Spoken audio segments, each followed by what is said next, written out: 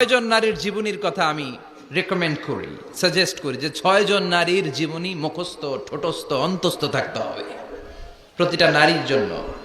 আশা করি মায়েরা, বোনেরা শুনছেন, আশা করি আপনারা কান লাগিয়ে শুনছেন, অনুধাবন করার চেষ্টা করছেন। আপনাদের জন্য 6 জন নারীর জীবনী পড়া অবধারিত। সংক্ষেপে বলবো, কয়জন গুনেন।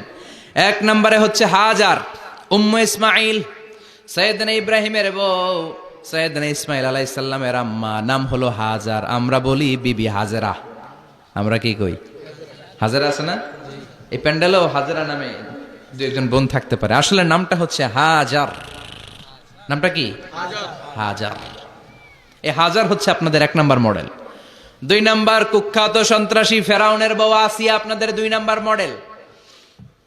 3 নম্বরে ঈসা আলাইহিস সালামের আম্মা মারিয়াম আলাইহিস সালাম আপনাদের মডেল। বিশ্বনবীর প্রথম বউ খাদিজা আপনাদের মডেল। বিশ্বনবীর একমাত্র কুমারী বউ মা আয়েশা আপনাদের মডেল। আর বিশ্বনবীর কলিজার টুকরা সাইয়্যিদাতুনা ফাতিমা আপনাদের জন্য মডেল। সুবহানাল্লাহ। কয়জন? 6 জন। জোরে বলেন। 6 জন। প্রথমে কার নাম বলেছি? হাজার। দ্বিতীয় আসিয়া। 3 নাম্বার মারিয়াম। 4 নাম্বার খাদিজা। 5 নম্বরে আয়েশা। 6 নম্বরে ফাতিমা। সুবহানাল্লাহ পড়ে। বিশ্বনবী বলেছেন কামুলা মিনার রিজালি আরবাআ, পুরুষদের মধ্যে কামুলা মিনার রিজালি কাসির, পুরুষদের মধ্যে কামেল পুরুষের অভাব নাই।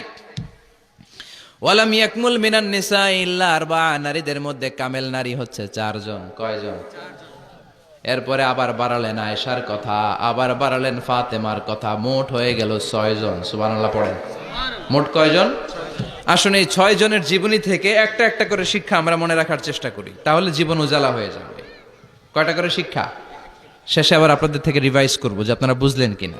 হাজার আলাইহিস সালাম, ওনার জীবনী থেকে শিক্ষা হচ্ছে তাওয়াক্কুল আলাল্লাহ, বিপদে আপদে সবসময় ভরসা কার উপর?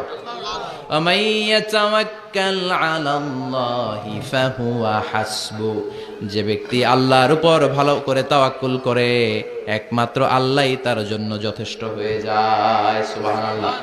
সুবহানাল্লাহ পড়ছেন? পড়েন সুবহানাল্লাহ। হাজার আলাইহিস সালাম, ওনার জীবনী থেকে শিক্ষা হচ্ছে আল্লাহর উপর তাওয়াক্কুল। সাইয়েদনা ইব্রাহিম আলাইহিস সালাম সাইয়্যিদাতুনা হাজারকে নিয়ে, দুধের বাচ্চা ইসমাইলকে নিয়ে মক্কার মরুজমিনের মাঝখানে রেখে আসলেন। মানুষ নাই, প্রাণী নাই, খাওয়ার পানি নাই, কোনো পশু পাখি নাই, আকাশের পাখিও নাই, কেউ নাই, একটা মাত্র পানির মশক। একটা মশকের ভেতরে সামান্য কিছু পানি। দুধের বাচ্চা ইসমাইলকে নিয়ে সাইয়্যিদাতুনা হাজার দাঁড়িয়ে রইলেন। কোনো কথা না বলে বিবি আর বাচ্চাকে রেখে চলে যাচ্ছেন। চোখের পানি ছেড়ে সাইয়্যিদাতুনা হাজার ডেকে বললেন, ইব্রাহিম একটু দাঁড়াও। কথা নাই, বার্তা নাই, কিছুই বললা না। কি আমার অপরাধ? কেন এই ধুধুমরু প্রান্তরে আমাকে দুধের বাচ্চাটারে রেখে গেলা? শুধু একটা কথাই জানতে চাইবো, এই যে আমাদেরকে রেখে পাষণ্ডের মতো তুমি চলে যাও, এটা কি তোমার নিজের ইচ্ছায় নাকি আল্লাহর ইচ্ছায়? সাইয়েদনা ইব্রাহিম কোনো কথা না বলে শুধু প্রশ্নের উত্তর দিলেন, বললেন আল্লাহর ইচ্ছায়। কার ইচ্ছায়? নবীরা নিজের ইচ্ছায় কিছু করে না, যেটাই করে করে কার ইচ্ছায়? সাইয়্যিদাতুনা হাজার বললেন, ইদান লা ইউদাইয়ুনাল্লাহ, তোমার ইচ্ছায় যদি আমাদেরকে রেখে না যাও, আল্লাহর ইচ্ছায় যদি রেখে যাও, তাহলে আমার ভরসা আছে আল্লাহ আমাদেরকে নষ্ট হতে দিবে না, আল্লাহ আমাদেরকে কোনো কষ্ট দিবে না, আমার আল্লাহই আমার জন্য যথেষ্ট। সুবহানাল্লাহ। আপনারে মায়েরা যারা আছেন, আপনাকে আর আপনার 2 সন্তানকে নিয়ে আপনার স্বামী সিলেটের হাকালুকি হাওরের মাঝখান দিয়ে রেখে আসছে। কি করবেন? পিছনে পিছনে দৌড়াবেন, গালাগালি শুরু করবেন। যদি বলে আল্লাহর ইচ্ছায় তোমারে রেখে গেলাম, জীবনেও মানতে চাবেন না, বলবেন তোরেও বাদ দিলাম, তোর আল্লাহরেও বাদ দিলাম। আছে না নাই? কিন্তু সাইয়্যিদাতুনা হাজার কেমন নারী ছিলেন? একটা টু শব্দ করেন নাই। শুনতেছেন? কেন ইমাজিন, কল্পনা করতে পারেন? ধুধুমরু প্রান্তর, খাওয়ার কিছু নাই, পান করার কিছু নাই, কথা বলার মতো একটা মানুষ নাই, রৌদ্রের তাপ মরুভূমির বালুর উপরে এমন ভাবে পড়ে। সৌদি আরবের মরুভূমি যারা দেখেছেন, প্রচন্ড বালুর মধ্যে চাল রেখে দিলে চালগুলো মুড়ি হয়ে যায়। ওই প্রচন্ড মরুভূমির মধ্যে দাঁড়িয়ে বললেন, যদি আল্লাহর ইচ্ছা হয় আমার আল্লাহ আমার জন্য যথেষ্ট। ঠিকই আল্লাহ যথেষ্ট হয়েছেন। এই মহিলাকে দিয়ে মক্কা আবাদ হয়েছে। মক্কায় কোনো মানুষ থাকতো না, এখন মক্কায় গেলে জায়গা পাওয়া যায় না। 25 লক্ষ লোক আমরা হজ করেছি এবার। প্রতিদিন 3 লক্ষ 4 লক্ষ মসজিদুল হারাম একসাথে জামাত। জুমার নামাজের দিন 5 লক্ষ 7 লক্ষ 10 লক্ষ হয়ে যায়। এতগুলো মানুষ আগে ছিল না। সব হলো সাইয়্যিদাতুনা হাজারের ইমানের ফসল। সুবহানাল্লাহ। এই নারী এখানে থাকলেন আল্লাহর উপর ভরসা করে, ইমানের পরীক্ষা দিতে লাগলেন। একদিনের ব্যবধানে খাওয়ার পানির মশকের পানি শেষ। ইসমাইল আলাইহিস সালামের পায়ের ধাক্কায় জমজমের পানি এলো। জুরহুম নামক একটা গোত্র যাচ্ছিল, তারা এসে ওনার হাতে মুরিদ হলো। সুবহানাল্লাহ। তারা এসে বলল, আমাদেরকে শুধু জমজমের পানি খেতে দেন, আপনি যা বলবেন সব আমরা মেনে নিলাম। শুরু হলো মক্কার আবাদ। হাজার হাজার মানুষ বাড়তে শুরু করলো। মক্কা শহরের এক্সপানশন হলো। গোটা বিশ্ব থেকে লক্ষ লক্ষ মানুষ এখন মক্কার দিকে ছুটে চিল্লায় বলেন ঠিক কিনা। এজন্য আমার মায়েরা অনেক লম্বা জীবনী। তার একটা ঘটনাই বললাম, সাইয়্যিদাতুনা হাজার, ওনার জীবনী থেকে আমার মায়েদের বোনেদের জন্য শিক্ষা। তাওয়াক্কুল আলাল্লাহ। বাঁচি আর মরি, সুস্থ থাকি আর অসুস্থ থাকি, বিপদে থাকি আর যেই কোনো সমস্যায় থাকি না কেন, ভরসা করতে হবে একজনের উপর। তিনি কে? আল্লাহর উপর যে ভরসার মতো ভরসা করতে জানে, আমার আল্লাহই তার জন্য যথেষ্ট। ঠিক কিনা? তাহলে হাজার থেকে আমার বোনদের জন্য শিক্ষা হচ্ছে, তাওয়াক্কুল করব আমরা কার উপরে? ভরসা রাখবো কার উপর? না নৌকার উপর, না ধানের শীষ, নাকি লাঙ্গল, নাকি দাড়িপাল্লা?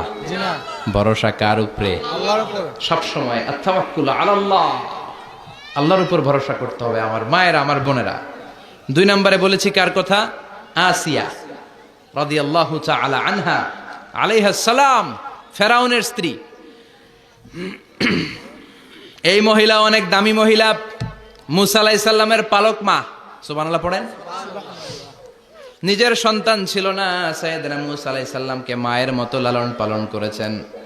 গোপনে গোপনে মুসা আলাইহিস সালামের উপর ঈমান এনেছেন। গোপনে গোপনে রাত্রিবেলা তাহাজ্জুদ পড়ে চোখের পানি ছেড়ে চাইতেন কার কাছে? ফেরাউনের বউ আর ফেরাউনের ফিনান্স মিনিস্টার, অর্থমন্ত্রীর বউ, 2 জন লুকিয়ে কালিমা পড়ে মুসলমান। ফেরাউন কিছু জানে না। সুবহানাল্লাহ। কি আল্লাহর খেলা! ফেরাউন লক্ষ লক্ষ বনি ইসরাইলের ছোট্ট বাচ্চাকে জবাই করেছে একটা বাচ্চাকে ঠেকানোর জন্য। নাম কি? মুসা। আর ফেরাউনের ঘরে আল্লাহ মুসাকে বড় করলেন। তখন সুবহানাল্লাহ। লুকিয়ে লুকিয়ে ঈমান আনলো। ফেরাউনের বউ আসিয়া, অর্থমন্ত্রীর বউ, 2 জন মিলে ফেরাউনের কাছে ঘটনা পৌঁছে গেল, খবর পৌঁছে গেল। ফেরাউন ডেকে পাঠালো। দুধের বাচ্চাকে নিয়ে ফেরাউনের অর্থমন্ত্রীর বউ হাজির। কুখ্যাত সন্ত্রাসী ফেরাউনের নিজের বউ আসিয়াও হাজির। ফেরাউন বলে, এক আল্লাহর উপর কুফরির ঘোষণা দে, আল্লাহকে ভুলে যা, আমার পায়ের সামনে সেজদা দে, আমি মাফ করে দেব। আসিয়ার এক কথা, জীবন যাবে কিন্তু ঈমান যাবে না। ফেরাউনের অর্থমন্ত্রীর স্ত্রীরও এক কথা, যে আল্লাহর কাছে আমরা মাথা নত করেছি, পৃথিবীর কোন শক্তির কাছে ওই মাথা আর নত হতে পারে না। ফেরাউন বলল, তাই নাকি? দেখি তোদের ঈমানের পাওয়ার কত বড়। অর্ডার করলো, বিশাল বড় পাতিল নিয়ে আসো, কড়াই নিয়ে আসো, কড়াই ভর্তি তেল গরম করতে শুরু করো। টকবক টকবক করে কড়াইয়ের মধ্যে গরম তেল। ফেরাউন বলে, ও অর্থমন্ত্রীর স্ত্রী, তোমারে অনেক ভালো জানতাম, এখনই আমার পায়ের সামনে সেজদায় লুটিয়ে পড়ো, আল্লাহরে ছাড়ো, আমি তোরে ছেড়ে দেব। অর্থমন্ত্রীর বউ বলে, এত সোজা না। সুবহানাল্লাহ বলে। কি ঈমান? ঈমানের পথে অবিচল থেকে আমার মরণ যেন হয়, তোমারই কাছে মিনতি আমার, তোমারই কাছে মিনতি আমার, মহামহিম দয়াময়, ঈমানের পথে অবিচল থেকে আমার মরণ যেন হয়। পড়েন আমিন। আবার পড়েন আমিন। এক কথা, আল্লাহর সামনে মাথা নত করেছি, কারো সামনে করব না। ফেরাউন অর্ডার দিল, এই মহিলার দুধের বাচ্চাটারে টান দিয়ে আন, টকবক তেলের মধ্যে, কড়াইয়ের মধ্যে গরম তেলের মধ্যে ছেড়ে দে। মায়ের চোখের সামনে দুধের বাচ্চাকে গরম তেলের মধ্যে ছাড়ে। হিসাবটা কি সহজ নাকি? কথা বলেন। চিৎকার দিয়ে মা কেঁদে ওঠে, ছেড়ে দাও। ফেরাউনের নির্দয় অন্তরে দয়া হয় না। দুধের বাচ্চাটারে তেলের মধ্যে ছেড়ে দেওয়ার পরে মুহূর্তের মধ্যে ছেলেটা রোস্ট হয়ে যায়। কিন্তু ছেলেটা হাত উঁচু করে ডেকে বলে, মা ভয় পেও না, তোমরা দেখো টকবগে কড়াইয়ের ভেতরে তেল, আসলে মা এটা আগুন না, এটা জান্নাতের বাগান। ও মা, ফেরাউনের দিকে তাকাস না রে মা, আমার মতো দৌড় দিয়ে তেলের মধ্যে ঝাঁপ দে। আল্লাহু আকবার। ফেরাউনের অর্থমন্ত্রীর বউয়ের ঈমান দ্বিগুণ হয়ে যায়, 3 গুণ হয়ে যায়। সে বলে, ফেরাউন গোটা পৃথিবীটার এক পাশে করতে পারবি, কিন্তু আমার মাথাটা তোর পায়ের সামনে নোয়াতে পারবি? ফেরাউনের অর্থমন্ত্রীর ওই স্ত্রীকে বাচ্চার পরে ওই তেলের মধ্যে ঢেলে দেওয়া হলো। ওই মহিলাটাও রোস্ট হয়ে যায়। বাকি রইল ফেরাউনের বউ আসিয়া। কি নাম? আসিয়া কিন্তু দৃশ্যটা দেখেছে, চাক্ষুষ মৃত্যু দেখেছে দুইজনের। ফেরাউন বলে, আসিয়া কত অন্তরঙ্গ সম্পর্ক আমাদের, আজীবন কত ভালোবাসা ছিল, কত খুনসুটি ছিল, কিন্তু আমার পায়ের মধ্যে সেজদা দিয়ে প্রমাণ কর তুই আমারে ভালোবাসিস। আসিয়ারও একই কথা, জীবন দিব কিন্তু ঈমান দিব না। ফেরাউন বলল, তোকেও আমি ছাড়বো না, তোকে আমি উলঙ্গ করব। হাজার হাজার মানুষের সামনে আসিয়ার কাপড় টেনে নেওয়া হলো, তক্তার মধ্যে শুইয়ে তক্তার মধ্যে হাতে পায়ে পেরেক মারা হলো। হাতের এই পাশ দিয়ে পেরেক ঢুকে ওই পাশ দিয়ে বেরোয়, তক্তার এ পাশ দিয়ে ঢুকে ও পাশ দিয়ে বেরোয়, ফিনকি দিয়ে রক্ত বের করে। আসিয়া সহ্য করতে না পেরে ডেকে বলে, আল্লাহ, ফেরাউন থেকে তুমি আমারে বাঁচাও। এই দোয়াটা সূরাতুত তাহরিমে আল্লাহ সরাসরি কোট করেছেন, রব্বিবনিলি ইনদাকা বাইতান ফিল জান্নাহ। ও আল্লাহ মালিক, তোমার পাশে জান্নাতে একটা ঘর বানায়া দিও। এরকম একটা সঙ্গীত আছে না নাই? এই সঙ্গীতটা সরাসরি সূরাতুত তাহরিম আসিয়ার দোয়া থেকে কোট করা হয়েছে। পড়েন সুবহানাল্লাহ। মালিক তুমি জান্নাতে, তোমার পাশে আমায় একটি ঘর বানিয়ে দিও, একটি ঘর বানিয়ে দিও, সে বিভীষিকাময় মহাদিনে তোমার প্রতিবেশী করে নিও। মালিক তুমি জান্নাতে, তোমার পাশে আমায় একটি ঘর বানিয়ে দিও, একটি ঘর বানিয়ে দিও। আল্লাহু আকবার। সেই 5000 বছর আগের দোয়া আজও আমরা তাফসীর মাহফিলে গান বানিয়ে বলি। 5000 বছর আগের কথা আজও আমরা কোরআনের আয়াত হিসেবে পড়ি। আল্লাহু আকবার। কি মাকবুল হয়েছেন মহিলাটা আল্লাহর দরবারে। আল্লাহরে বললেন, আল্লাহ, শুধু তোমার ইবাদতের কারণে আজকে আমার এমন দশা উলঙ্গ হওয়া লাগলো, আমার হাতে পায়ে পেরেক ঠোকা হলো। আল্লাহ, এখন গরম তেলের মধ্যে ছেড়ে দেয়া হবে, তুমি বাঁচাও। আল্লাহ বললেন, জিব্রাইল, আমার জান্নাতটারে আসিয়ার চোখের সামনে তুলে ধর। আমার আসিয়া দুনিয়ার বুকে থেকে এই জান্নাত দেখে দেখে আমার মেহমান হয়ে আমার কাছে আসবে। আসিয়াকেও গরম তেলের মধ্যে ফেলে দেয়া হলো। দুনিয়ার বুকে থেকে জান্নাতের নমুনাটা দেখতে দেখতে সাইয়েদাতুনা আসিয়া আল্লাহর কাছে চলে গেলেন। পড়েন আল্লাহু আকবার। এজন্য ঈমানের পথে অবিচল থেকে আমার মরণ যেন হয়। পড়েন আমিন। তাহলে আসিয়ার জীবনী থেকে আমার মায়েদের জন্য শিক্ষা হলো, ঈমান ছাড়া যাবে না, বেঈমান হয়ে মরা যাবে না, মাজারে গিয়ে মুশরিকাদের কাতারে নাম তোলা যাবে।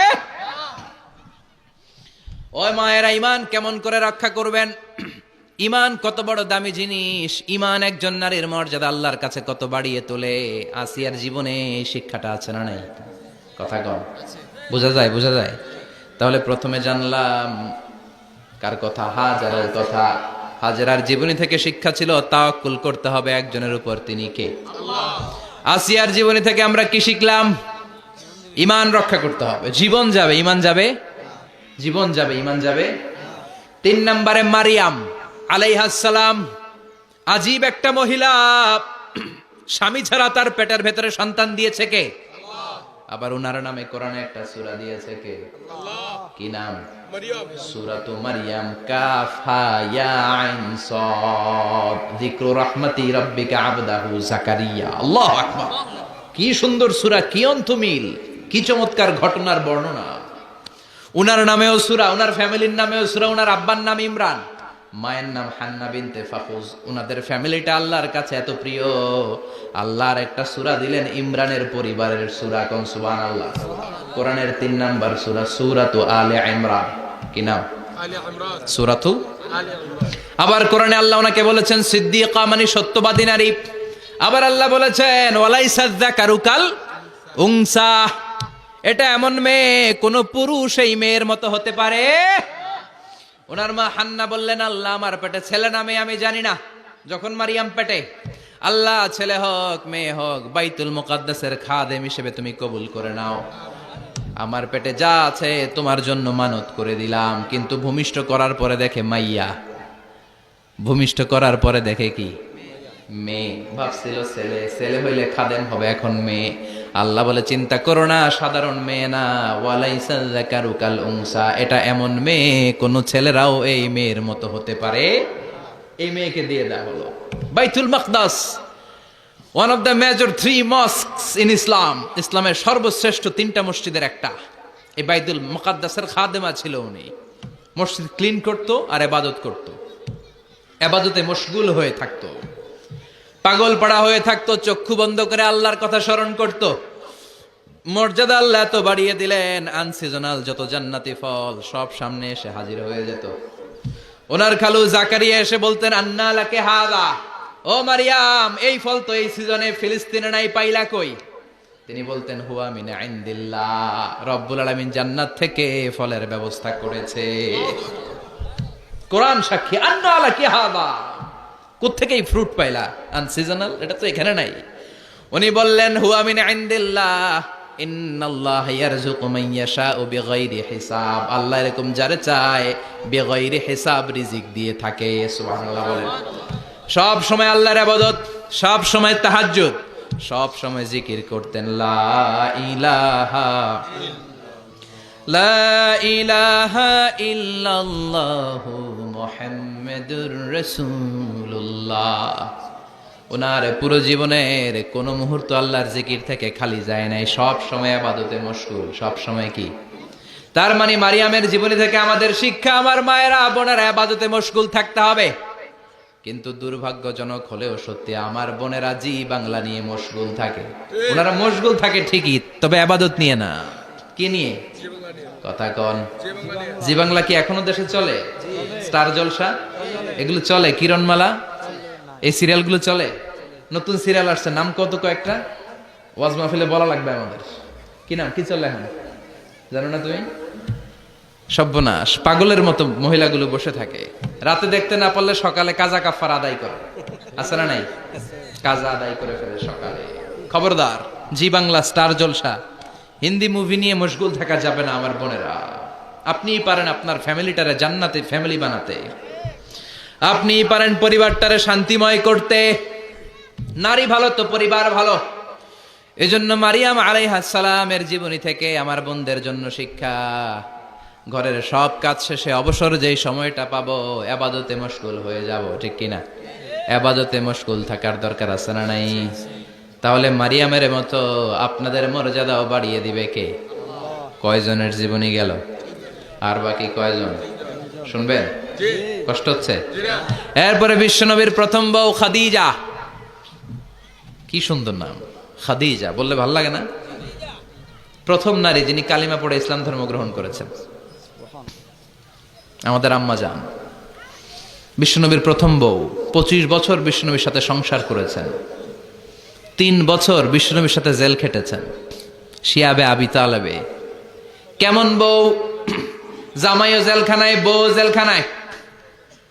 বিশ্বনবীর সবগুলো বাচ্চা সন্তান, ছেলে মেয়ে এই মহিলার গর্ভ থেকে এসেছে, একজন ছাড়া, ইব্রাহিম।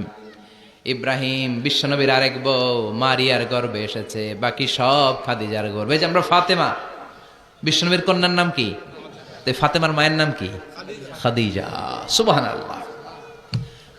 ফাতেমা, রুকাইয়া, উম্মে কুলসুম, জায়নাব, এই চারজনের মাই খাদিজা। আবার আব্দুল্লাহ, কাসেম, এদের মায়ের নামও খাদিজা। বিশ্বনবী সব সন্তান এসেছে খাদিজার পেট থেকে। বরকত বেশি না কম? বিশ্বনবী ভয় পেলে খাদিজার কাছে গেলে ভয় কেটে যেত। সাহস যোগাতেন, শেল্টার দিতেন, ছাতার মতো মাথার উপরে দাঁড়িয়ে থাকতেন। আল্লাহু আকবার। বিশ্বনবী বলতেন, রুজিক তো হুব্বাহা, খাদিজার ভালোবাসা আমার অন্তরে আল্লাহ রিজিক হিসেবে দিয়েছে। আবার বিশ্বনবী বলতেন, আল্লাহ যেই কিয়ামতের দিন বন্ধু বন্ধুরে চিনবে না, ভাই ভাইরে চিনবে না, কেউ কাউরে চিনবে না, ওই কঠিন দিনে আমি আমার খাদিজারে যেন ভুলে না যাই। আমার খাদিজারে যেন দেখা মাত্রই চিনতে পারি এটা আমার খাদিজা। খাদিজাকে নিয়ে মা আয়েশা একদিন একটা কটু কথা বলেছিল। ও নবী, কবে আপনার এই বুড়ি মহিলা, বুড়ি বউ খাদিজা ইন্তেকাল করেছে, তারপরে কত সুন্দরী সুন্দরী বউ আমরা এসেছি, আম করে ভাল লাগে না? খালি বুড়ির কথা কোন কেন? খালি ওই বুড়ির কথা স্মরণ করেন। আমরা আছি, আমাদের দিকে তাকান, আমরা কত সুন্দরী, আমরা কত ভালো। বিশ্বনবী রেগে গেলেন, মা আয়েশাকে এইভাবে ধরলেন। জীবনে কোনোদিন কোনো স্ত্রীর গায়ে হাত তোলে নাই, শুধু ওই দিন মা আয়েশাকে এইভাবে ধরেছিলেন আর বলেছিলেন, আয়েশা খবরদার, জীবনে এই কথা বলবা না। আমার খাদিজা আমার বিপদের দিনের সঙ্গিনী, তোমরা আমার সুখের দিনের সঙ্গিনী। তোমরা কেউ আমার সাথে জেল খাটো নাই, খাদিজা আমার সাথে জেল খেটেছে 3 বছর। কয় বছর? খাদিজা যখন ইন্তেকাল করলো, বিশ্বনবী কবর দিলেন, দোয়া করলেন আর কাঁদলেন। সাহাবারা দোয়া শেষে চলে যায়। আবু বকর বললেন, নবী কবর দেয়া হলো, খাদিজাকে দোয়া করা হলো, এবার চলেন। বিশ্বনবী তবুও যান না। বিশ্বনবী বললেন, আবু বকর তোমার মনে চাই তুমি ঘরে ফিরে যাও, আমি যাব না, আমি দাঁড়িয়ে থাকবো। খাদিজার কবরের 3টা প্রশ্নের জবাব আমি বিশ্বনবী দিয়ে তারপরে ঘরে ফিরে যাব। সাইয়েদনা জিবরাইল এসে বললেন, নবী আর কান্না করবেন না, আর দাঁড়িয়ে থাকবেন না, আর বায়না ধরবেন না, বন্ধুর সাথে চলে যান। খাদিজার কবরের 3টা প্রশ্নের জবাব নিয়ে আপনার টেনশনের দরকার নাই। টেনশন কার? আপনি তাড়াতাড়ি চলে যান। আপনার স্ত্রী খাদিজা যদি কবরের 3টা প্রশ্নের জবাব দিতে কোনো ভুল করে ফেলে, আরশের উপর থেকে আল্লাহ নিজেই জবাব দিয়ে দিবে। আল্লাহু আকবার। কি মহিলা ছিল! বিশ্বনবীকে সবসময় আগলে রেখেছে, শেল্টার দিয়েছে। প্রতিভক্ত ছিল। খাবার নিয়ে বিশ্বনবীর জন্য এদিক সেদিক যেতেন। বিশ্বনবী না আসলে খেতেন না। বিশ্বনবীকে কলিজার চাইতো বেশি ভালোবাসতো। পতি যা বলবে তাই শুনতো। ও মায়েরা, খাদিজাতুল কুবরার জীবনী থেকে আপনাদের জন্য শিক্ষা হলো প্রতিভক্তি। কি ভক্তি? এখন প্রতিভক্তি নাই, আমরা করি নারী ভক্তি। এখন নারী নির্যাতন কমে গেছে বাংলাদেশে, বেড়ে গেছে পুরুষ নির্যাতন। কথা কন। এখন আমরা ভক্তি করা লাগে। আমরা ভক্তি না করলে ঘরে খাওয়ান নাই, এরকম ঝামেলা আছে না নাই? কথা বলেন। আপনাদের নাগাইশের মহিলারা অনেক ভদ্র। নাগাইশের মহিলারা নিশ্চয়ই পতিকে অনেক ভক্তি করে। মায়েরা, বোনেরা, আপনার স্বামী যদি আপনার উপরে নাখোশ থাকে, আপনার এবাদত আপনাকে বাঁচাতে পারবে না। বিশ্বনবী ফাতেমাকে বললেন, ফাতেমা তুমি বিশ্বনবীর মেয়ে হতে পারো, কিন্তু আলী যদি তোমার উপরে নাখোশ থাকে, তোমার সব শেষ, সব শেষ।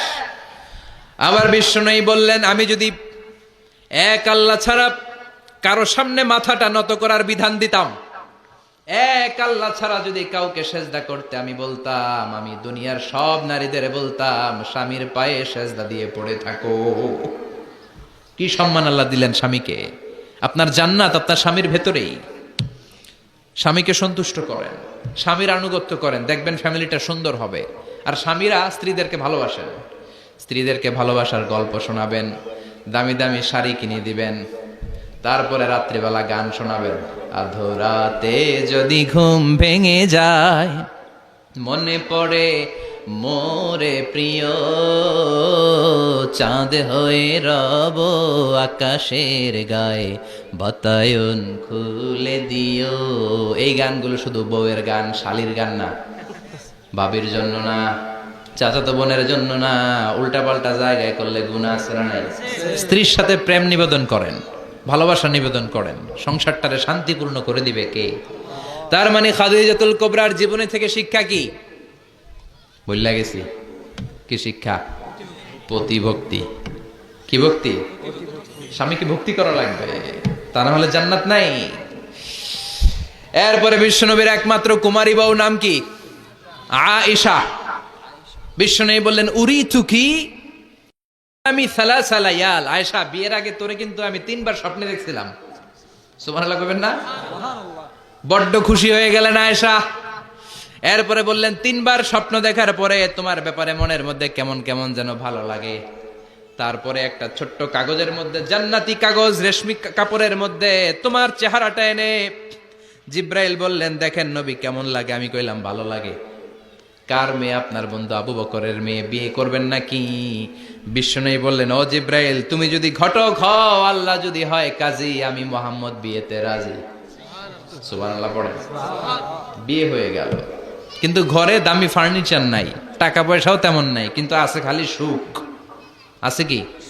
যেটা টাকা দিয়ে কিনা যায়। টাকা দিয়ে বাড়ি কিনা যায়, গাড়ি কিনা যায়, সুখ কিনা যায় নাকি?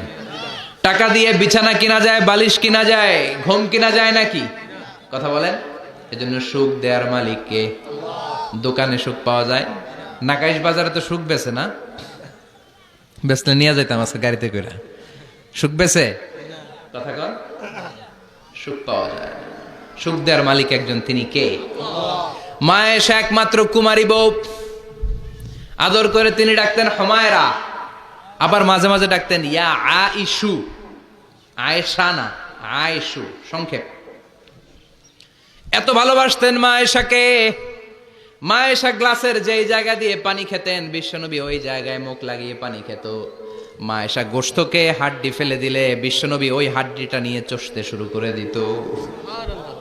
এক বালতি থেকে পানি নিয়ে দুইজনে গোসল করত। আবার বিশ্বনবীর সাথে সাথে মাঝে মাঝে বায়না ধরতো, মাঝে মাঝে রাগও করত। সুবহানাল্লাহ কোন? স্বামী স্ত্রীর মধ্যে একটু রাগ আছে না নাই? রাগ থাকলে ওইটারে আবার ভালোবাসায় পরিণত করে দেয় কে? রাগ না থাকলে ভালোবাসা তো ভালোবাসাই না। রাগ থাকতেই হবে, তাইলেই ভালোবাসার মর্ম বোঝা যায়। চিল্লায় বলেন ঠিক কিনা? ক্ষুধা না থাকলে খাবারের মর্যাদা বোঝা যায় না। সারাদিন পেট ভরা, খাওয়ার মজা বুঝবেন? ক্ষুধা, প্রচন্ড ক্ষুধা, তৃষ্ণার্ত, লেবুর শরবত পাইলে অমৃতের মতো লাগবে। প্রচন্ড ক্ষুধা, হাজি বিরিয়ানি পাইছেন 1 প্লেট, ইচ্ছা মতো খাবে, কিন্তু পেট ভর্তি, হাজি বিরিয়ানি খাওয়া যাবে? এজন্য রাগ না থাকলে ভালোবাসা যে কত দামি, ভালোবাসা যে আল্লাহর পক্ষ থেকে কত বড় নেয়ামত বোঝা যায় না। মাঝে মাঝে মা আয়েশা রাগ করতেন। শুনতেছেন? বিশ্বনবী বলেন আয়েশা, কখন তুমি রাগ করো, কখন তুমি আমারে ভালোবাসো আমি বুঝি। সুবহানাল্লাহ পড়েন। মা আয়েশা বললেন কেমনে বুঝেন? বিশ্বনবী বললেন যখন তুমি রাগ করো তখন নামাজের পরে দোয়ার মধ্যে বলো, ও ইব্রাহিম আলাইহিস সালামের আল্লাহ, আপনি আমার উপর দয়া করেন। তার মানে তুমি রাগ করে আছো, আমার নাম নাও নাই। আর যখন আমার উপর খুশি থাকো নামাজের পরে দোয়াতে বলো, মুহাম্মদ সাল্লাল্লাহু আলাইহি ওয়াসাল্লামের আল্লাহ, আপনি আমাদের উপর রহমত করে। তার মানে খুশির সময় তুমি আমার নাম নাও, রেগে গেলে অন্য নবী দেওয়ার দোয়া সেরা দাও, রেগে গেলে আমার নামটা নাও না। মা আয়েশা বলে নবী গো, আমি তো শুধু নামটাই মুখ দিয়ে নেই না, কিন্তু কলিজা থেকে তো আপনারে বাদ দিতে পারি না। আল্লাহু আকবার! কি ভালোবাসা! মা আয়েশা বলতেন আমি যখন বিশ্বনবীর সাথে শীতের রাতে এক ল্যাপের নিচে ঘুমাতাম তখনও জিব্রাইল ওহী নাজিল করত। সুবহানাল্লাহ নাই? কোন স্ত্রীর সাথে অন্তরঙ্গ বসবাসের সময় কোরআনের ওহী নাজিল হতো না।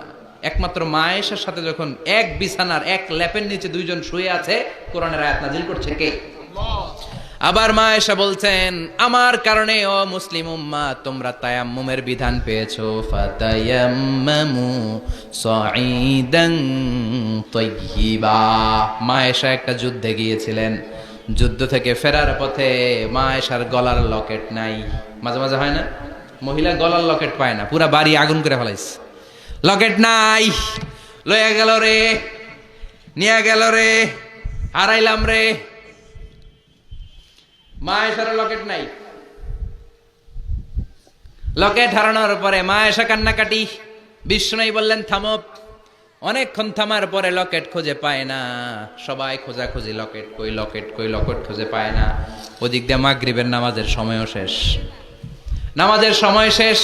আর যেই জায়গায় লকেট খোঁজার জন্য থামা হয়েছে ওই জায়গায় আবার পানি নাই, পানি সামনে, পানির দিকেও যেতে পারে না, লকেটও খুঁজে পায় না, নামাজও পড়া যায় না। সব সাহাবীরা মিছিল শুরু করছে, আবু বকর রে ধর ধর ধর, আবু বকর রে ধর। আবু বকরের মেয়ের কারণে নামাজ আমাদের চলে যাচ্ছে। সাইয়েদনা আবু বকর ঘটনা বেসামাল দেখে আয়েশার কাছে গেল, যে দেখে বিশ্বনবী মা আয়েশার কোলের মধ্যে ল্যাপের মধ্যে মাথা দিয়ে শুয়ে আছে। রাগের চোটে বুখারীর বর্ণনা, আঙ্গুল নিয়ে মা আয়েশার পেটের মধ্যে দিল এক খোঁচা। লকেট হারাইলি কেন ক? তোর জন্য বাইরে মিছিল চলে, তোর জন্য বাইরে সব সাহাবারা বলে নামাজ পড়তে হবে, সময় নাই। ও আবু বকর, আপনার মেয়ের কারণে এই কাণ্ড। খাসরা মানে কুমর।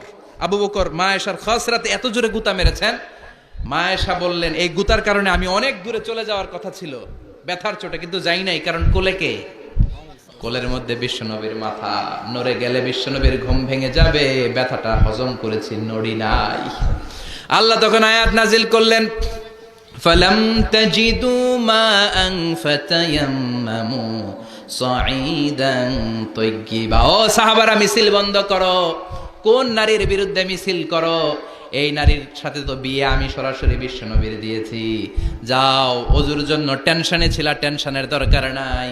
আয়েশার কারণে আজকে নতুন করে একটা বিধান দিলাম, আজ থেকে যদি ওযুর পানি না পাওয়া যায়, বালুর মধ্যে 2 হাত বাড়ি মেরে তায়াম্মুম করো, নামাজ পড়ে নাও, কবুল করে নিবে কে? এই মা আয়েশার লকেট হারানোর কারণে তায়াম্মুমের বিধান নাজিল হয়েছে। কোন সুবহানাল্লাহ। এজন্য মা আয়েশা বলতেন, ও উম্মতেরা জেনে রাখো, এই যে তায়াম্মুম করো, এটা কিন্তু আমার কারণে পাইছো। সুবহানাল্লাহ কোন? আবার মা আয়েশা বলতেন, আমার কোলে মাথা রেখে বিশ্বনবী শেষ নিঃশ্বাস ত্যাগ করেছে, আবার আমার ঘরের মধ্যেই বিশ্বনবীর কবর। সুবহানাল্লাহ। বিশ্বনবীর কবরটা কিন্তু মা আয়েশার ঘরের মধ্যে। এখনো বিশ্বনবীর কবর যেই জায়গায়, এই জায়গায় মা আয়েশার ঘর ছিল। সুবহানাল্লাহ কোন? 2210টি হাদিস বর্ণনা করেছেন। কত? কথা কয় না? 2210টা ফ্যামিলির হাদিস বর্ণনার জন্য মা আয়েশাকে আল্লাহ তাআলা বিশ্বনবীর ট্যাপ রেকর্ডার বানিয়ে পাঠিয়েছেন। যাই বিশ্বনবী বলতেন, ট্যাপ রেকর্ডের মতো রেকর্ড করে সব সাহাবীদের কাছে বর্ণনা করতেন। কত কবিতা উনি নিজে জানতেন, নিজেই জানে না। কত মাসালা যে জানতেন, তার কোনো হিসাব নাই। ইলমুল ফারায়েজ, বাপ মরলে ছেলে মেয়ে থাকলে কে কতটুকু সম্পদ পাবে, মা আয়েশার চেয়ে এই বিধান মদিনায় কেউ জানতো না। বিশ্বনবীর ইন্তেকালের পরে সাহাবাদের মধ্যে কোনো মাসালা নিয়ে কনফিউশন হলে সব সাহাবারা আম্মা জান আয়েশার কাছে এসে সলিউশন নিয়ে যেতেন। সুবহানাল্লাহ কোন? বিশ্বনবী যা বলেছেন সব মুখস্থ রেখেছেন, সব জ্ঞানের কথা ছড়িয়ে দিয়েছেন, সব সময় পড়াশোনা করতেন। সুবহানাল্লাহ। তার মানে মা আয়েশার জীবনী থেকে আপনাদের জন্য শিক্ষা হচ্ছে জ্ঞানার্জন, জ্ঞানানুরাগী হতে হবে। কি হতে হবে? জ্ঞানানুরাগী। বুখারীর বঙ্গানুবাদ পাওয়া যায়, কোরআনের বঙ্গানুবাদ পাওয়া যায়, ইসলামিক অনেক ভালো ভালো রাইটারের বই পাওয়া যায়, ঠিক কিনা? এগুলো পড়ার দরকার আছে না নাই? অনেকে বলে, হুজুর আমার ছেলেটা মোবাইল ছাড়া কিছু বোঝে না। কি কয়? মোবাইল ছাড়া কিচ্ছু বোঝে না। হুজুর মোবাইল দিলে ঠান্ডা, মোবাইল নিলে কান্দে, এরকম আছে না নাই? এর কারণ হাজব্যান্ড ওয়াইফ দুইটার কাছে সব সময় মোবাইল। কথা কর। বাবার কাছেও মোবাইল, মায়ের কাছেও মোবাইল, তো ছেলে মোবাইলের জন্য কাঁদবে না তো কি করবে? বাবার হাতেও যদি বই থাকে, মায়ের হাতেও যদি বই থাকে, ছেলে মোবাইল চাবে নাকি? ছেলেও চাবে বই, ছেলে চাবে কি? কথা বুঝতে পেরেছেন? এজন্য জ্ঞান অনুরাগী হতে হবে মা আয়েশার মতো। মা আয়েশা 2210টা হাদিস মুখস্থ করেছে, আপনি কয়টা করছেন? উনি পারলে আপনি পারবেন না কেন? মায়েরা শুনতেছেন তো? আশা করি আপনারা শুনতেছেন। তাহলে মা আয়েশার জীবনী থেকে আমরা শিক্ষা পেলাম, জ্ঞান চর্চা করতে হবে। সর্বশেষ কোন নারী? কথা কন। ফাতিমা রাদিয়াল্লাহু তাআলা আনহা, বিশ্বনবীর কলিজার টুকরা। চাচাতো ভাই আলীর সাথে বিয়ে হলো। আলী যখন প্রস্তাব দিল, ফাতেমার কাছে যে বলে, ও ফাতেমা রাজি আছো কিনা? চুপচাপ, কথা কয় না। বিশ্বনবী বুঝলেন রাজি, দুইজনকে বিয়ে পড়িয়ে দিলেন। বিয়ে পড়িয়ে দুইজনকে দাঁড় করিয়ে দিয়ে বিশ্বনবী অজু করলেন। অজু করার পরে সামান্য কিছু অজুর পানি ছিল, আলীর মাথার মধ্যে ছিটিয়ে দিলেন, বরকতের পানি। সুবহানাল্লাহ কইবেন না? সুবহানাল্লাহ। অজু করে সাইয়েদনা আলীর মাথার মধ্যে ছিটিয়ে দিলেন আর দোয়া করে দিলেন, বারাকাল্লাহু লাকুমা ওয়া বারাকা আলাইকুমা ওয়া জামাআ বাইনাকুমা ফি খাইর। আল্লাহ তোমাদের দুইজনকে বরকত দিয়ে দাম্পত্য জীবন শুরু করার তৌফিক দান করুক। আবার দোয়া করলেন, আল্লাহুম্মা বারিক লাহুমা ফি বিনাইহিমা, ওদের সম্পর্কে বরকত দেন। ওয়া নাসালিহিমা শিবলিহিমা, ওদের গর্ভে যেই সন্তান আসবে এগুলোর শ্রেষ্ঠ সন্তান বানান। 1 বছরের ব্যবধানে ঘরটাকে আলোকিত করে প্রথম সন্তানের জন্ম হাসান। সুবহানাল্লাহ। হাসান রে বিশ্বনবী এত আদর করেছেন, বিশ্বনবীর কাছ থেকে এত আদর কেউ কোনোদিন পায় নাই। হাসান রে বিশ্বনবী ডাকতেন লুকা। বুখারীর বর্ণনা, শব্দটা কি? লুকা মানে পিচ্ছি। ছোট বাচ্চাদেরকে আপনারা কি কন? আরে পিচ্ছি তো আমি কইছি, আপনারা কি কন? নাগাইশে কি বলেন? বাচ্চা বলেন, বাবু বলেন, আর কিছু কি বলেন? আর আর কিছু নাই। তাহলে এই যে বাবু পিচ্ছি, হ্যাঁ, এই বাবু পিচ্ছি আরবি হচ্ছে লুকা। বিশ্বনবী ফাতেমার ঘরে এসে বলতেন আইনা লুকা, পিচ্ছিটা কই রে? আমার হাসান কই, আমার নানা ভাই কই? আর বিশ্বনবীর আওয়াজ শুনলে হাসান এসে বিশ্বনবীর কাঁধে, আল্লাহু আকবার। বিশ্বনবী বলতেন ফাতেমা আমার কলিজার টুকরা, যে ফাতেমারে কষ্ট